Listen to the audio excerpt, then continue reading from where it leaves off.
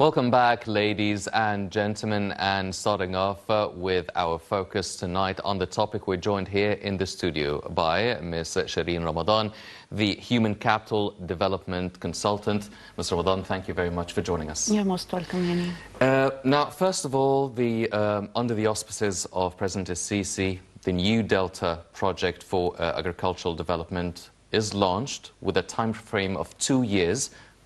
That's over 1 million fidans near the western north coast, close to El Daba nuclear plant. Now, first of all, why did we choose this area in specific to have the New Delta project? And generally, what do we want to achieve out of it? Right, okay, well, the project comes as part of the national project for integrated agricultural development. And together, the Delta project, together with the Future of Egypt or Mustaqbal Masr project, comes, as I said, as a part of this national project. They both would constitute 1 million acres to be cultivated. Why we chose this area is it's a very strategic area, to be honest, because first of all, it's near the old delta, which is known to be a very productive land. And also it's close to ports, it's close to road networks, it's close to, so it will be easy to distribute the products, the agricultural products, whether within Egypt or even export to outside Egypt. So it's very strategic, the area, and it's close, as you said, to the Daba, and it's at the northwest side of Egypt. But a very strategic place, and it's a very strategic decision to choose this part specifically to do this huge mega project. Yes. And is the land there ready to be cultivated? Well, it is after they have tested, because they have been doing, as mentioned in the report, they have been doing the initial testing, which was supposed to be done on 3 phases. And it started in January 2021, finished in March. They did it in 3 months. They made it in 1 stage. They intensified their efforts to be able to...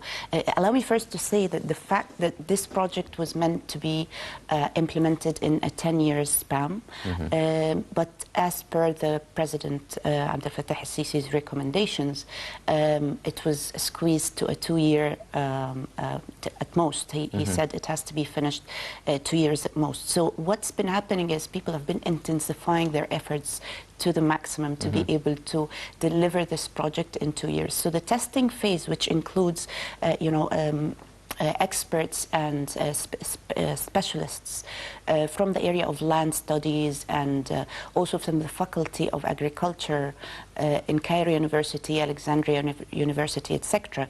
They have been conducting testing on the land in the area of data collection and actually analyzing the suitability of the land itself, the climate where the area is, and the availability of water sources, etc. And they have done this in 3 months. And here, let me say the importance of squeezing the timelines, because what has been happening and what the President Abdel Fattah al-Sisi said from day one when he joined the presidency, he has been addressing a couple of issues that we are facing, and one of them was the rise in population. And how quickly the population is rising and how slow the resources are. It's not accelerating enough to join the rise in population. So what is being done today is we are trying to squeeze the timeline so we can be able to at least satisfy the need of the rising population. And this has been done in so many areas, whether in education, in training, in you name it. But still, the food is a crucial issue. It's a very strategic part. So the food, the agriculture will help in providing food security and being able to satisfy the population's need for strategic food commodities, at least. Well, you're saying that this project was originally planned for almost, it would take 10 years. Now it's being shortened to 2 years, which is a recurrent theme by the President, always trying to squeeze time, as you've mentioned.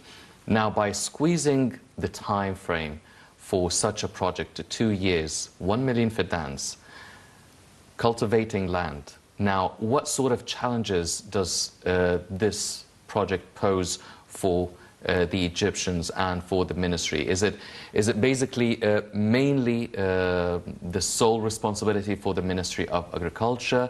Are there other ministries joining in such an initiative? How will this work in dealing with any challenges laying ahead? Right. Well, first, let's say that there are so many areas involved, because this project is different from just adding the land for agriculture. It's a total integrated solution. Like, it's an urban community along with an agricultural land, along with an industrial area as well, to serve as like the food commodities that comes out, that we can be able to industrialize what's coming out of the agriculture. So of course the Ministry of Agriculture, the urban development, the roads, and there's also a road network. There's so many things that we will talk about in details when it comes to the project. So many areas are involved. But let me also say the fact that the timeline has been squeezed is really challenging, because when the timelines has been put, you put in consideration so many steps to be taken, and in order to squeeze the timeline like that, that means that people are going to be working day and night. I mean, you will need more manpower, you will need more time, you will need more. I don't mean more time, I mean more working hours. Yes. And you will need more capital as well, more financing to the project. And this comes as a part, as I mentioned, when President Abdel Fattah al-Sisi said, we have challenges. We have 1, 2, 3, 4. These are the challenges we're facing. We have rising population, we have lack of resources, we have to meet the rising population, we have to educate our youth, we have to develop our human capital. But he was not saying this to make us feel desperate or that we cannot solve these problems. But he was mentioning this, he was putting this on the table, so we know that we have to do unprecedented effort. We have to do extreme effort in order to stabilize, in order to meet the requirements, so we can start excelling.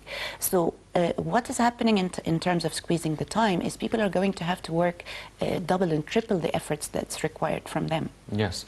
Well, you've mentioned that it's not just about cultivating the land, it's also having the factories and the production lines. So we also have civilian complexes, we're having residents, we're having hospitals, churches, mosques, schools. So it's practically a new city that will be established.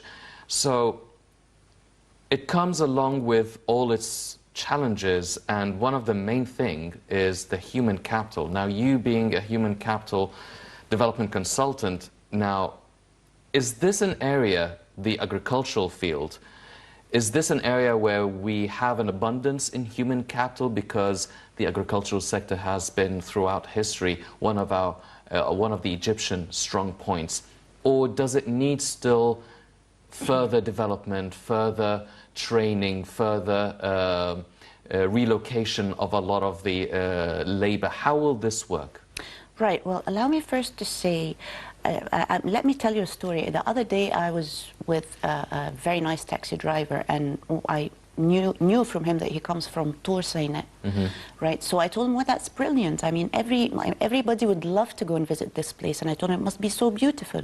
What made you come to Cairo and leave this beautiful place? He said, because there are no sources of income, there are no jobs, there are no, because the infrastructure is not allowing for this to happen.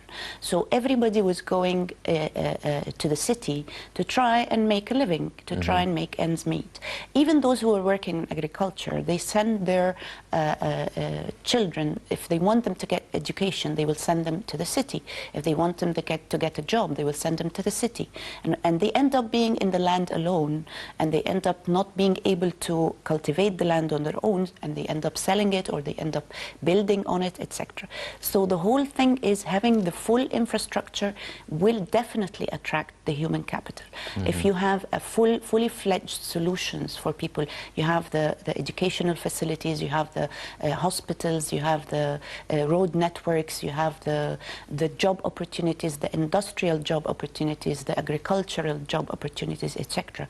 And all the services that are going to be given is going to create job opportunities as well. I mean, the educational facilities will attract educational staff, etc., etc. So these solutions, and I'm very excited today to talk, because the first time I came on the daily debate, like a few years back, we were talking about the importance of developing our human capital, and this needs to be done, this needs to be done. We want to shed the light on the importance, blah, blah, blah. Now we are talking about things that are being done.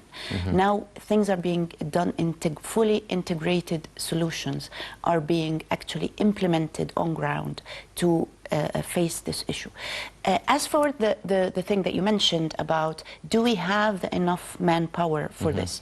We do have manpower in the agricultural sector, but in this project specifically, we are going to be using the latest technology, the latest techniques, the latest equipment even. It's going to be, it's a mega project. It's not only adding the number of acres or making more land for agriculture, available for agriculture. It's also that we're going to add the technology. We're going to be adding a technology that allows you to reclaim these lands with the best techniques, with the fastest speed, because it's a strategic project. It's not only to satisfy the need of adding land. It's to be able to satisfy the population in terms of food, to achieve food security, to add job opportunities. And you know how the corona pandemic has showed everyone in the world that we need to be self-sufficient, if you know what I mean. Yes. When things were closed, we were not able to get food from outside. So when you are self-sufficient, this is a very important issue, apart from creating job opportunities, etc. As I mentioned, because of having the latest technology and because of implementing new techniques in this area, there will need to be a lot of training and a lot of vocational adaptation for those who are going to be working in such a project. Yes. Even if they were already in agriculture, they will need to be adapted to the new techniques and the new technologies in agriculture. Yes. Well, as Ms. Ramadan actually mentioned, the new Delta project really aims to achieve self-sufficiency in terms of food and supply for the Egyptian population. Let's check out this report and we'll be right back.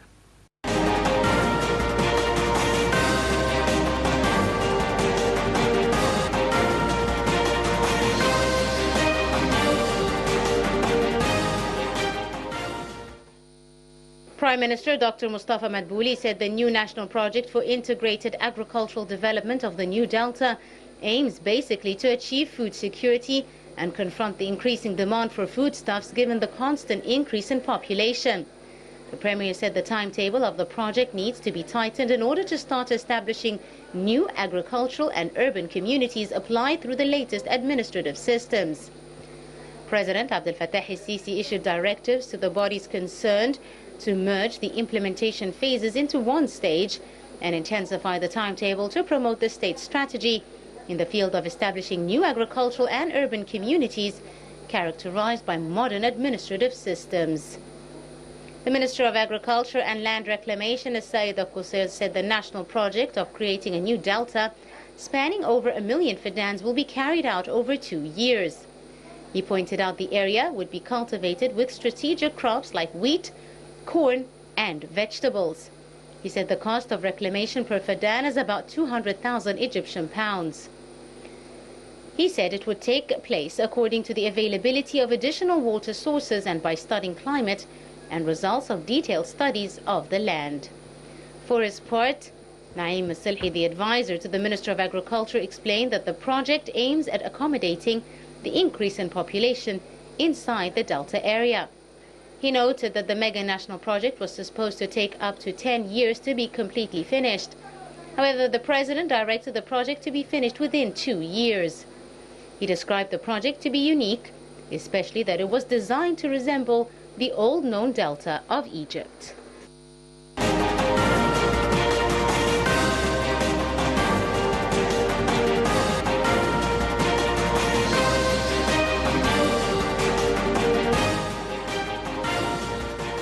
Welcome back, ladies and gentlemen, continuing our discussion with Ms. Ramadan. Now, you've mentioned that this project aims to secure and reach a self-sufficient level of food and supply.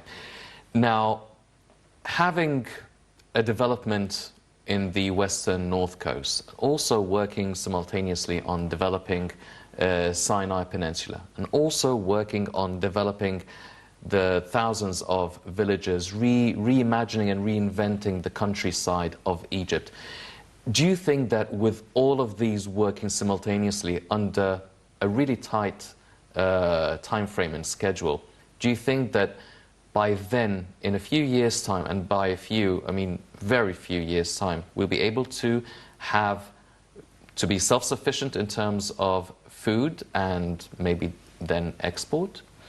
Well, actually, that's exactly what we're trying to reach. And it's part of, as we always mention, the agenda of sustainable development, the Agenda 2030 and 2063. Basically, what you're trying to reach is to become sustainably developed. Is in all areas, not only in food security, not only in all areas, in economy, education, human empowerment, women empowerment, human capital development, to have developed human or manpower that we can be self-sufficient in the manpower as well. We don't have to go for experts from outside, etc., and to achieve food security, to have job opportunities for our youth, not having to go abroad for finding careers and job opportunities. So what basically we are aiming as part of the global agenda or the local agenda 2030 is to reach this sustainable development. And as you mentioned, the projects has been working simultaneously, and not only in the agricultural development, as we have been speaking before about the entrepreneurship initiatives and solutions, integrated solutions to cover this area.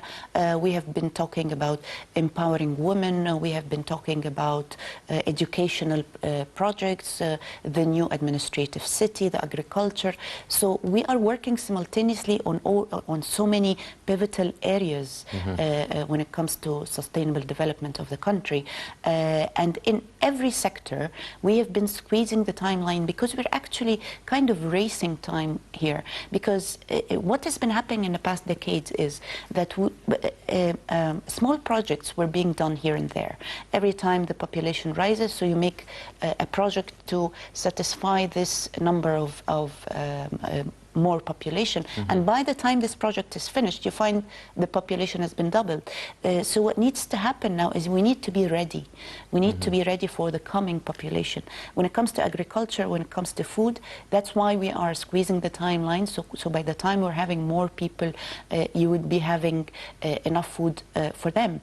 Also in education, for example, by the time we're having more people coming into educational sector, we'll be ready with more schools, with a better educational system, etc. And the job opportunities and the entrepreneurship, the more people coming into the labor market, will be ready for more jobs for them, etc.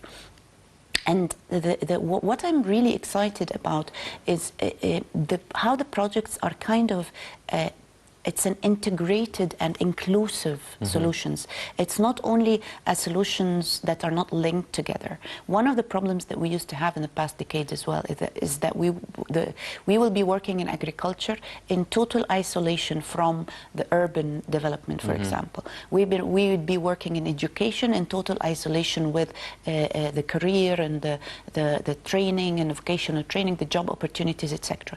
But now what's happening is that we are kind of having inclusive solutions that covers, like for example, this mega project. So allow me to talk more about this project. Yes. So the whole project, it's started with the Future of Egypt project, which has already been implemented now, which is cultivating 500,000 acres. And the Future of Egypt project has 9 power stations. It has thousands of center pivot irrigators. It has a power station, sorry, we mentioned, yes, 9 power stations with a capacity of 250 megawatts. We have also 200 kilometers long internal power grid. We have 500 kilometers long road network, whether main or subsidiary roads.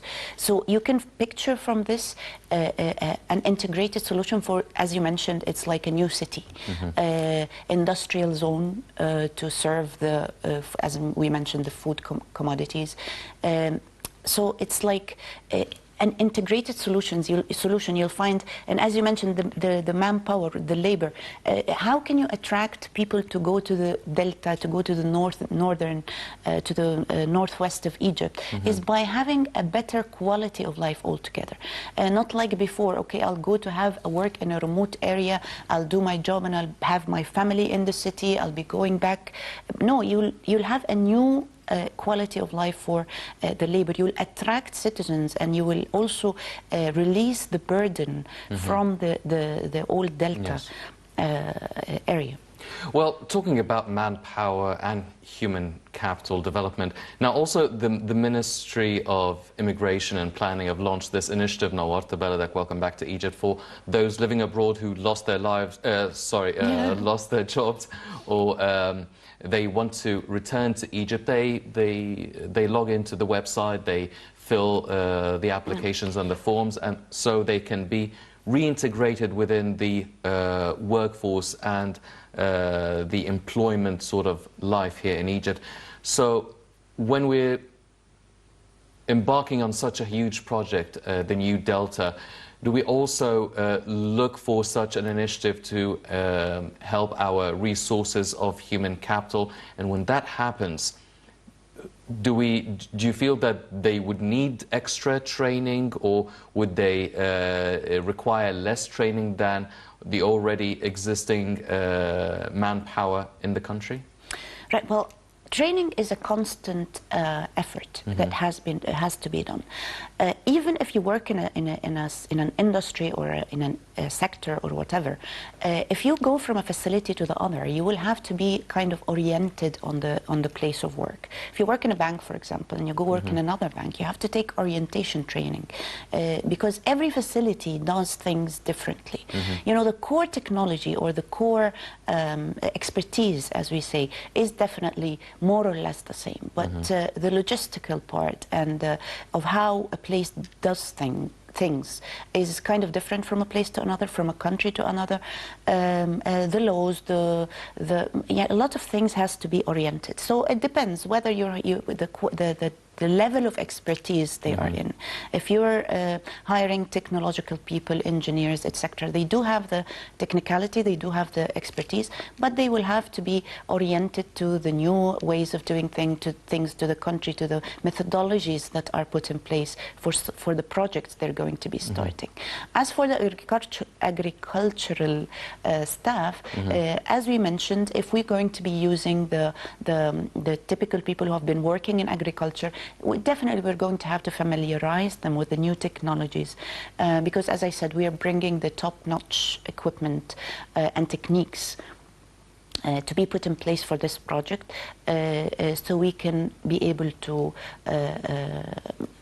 achieve this project in less time and speed, etc. So they have to be familiarized with that. They have to be oriented how to use these techniques and these technologies and these equipment.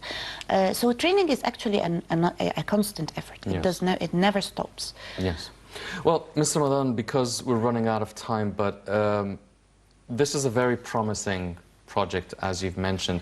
But what would you say are the main challenges that you see might pose themselves during the process of actually establishing this new delta? or do we have enough experience with building new cities? I mean, we're having the new Alamein city, the new Mansoura city. We have a lot of probably short but extensive experience in building new cities along with the new administrative capital. What challenges do you feel that lay ahead for these 2 years in establishing the new Delta?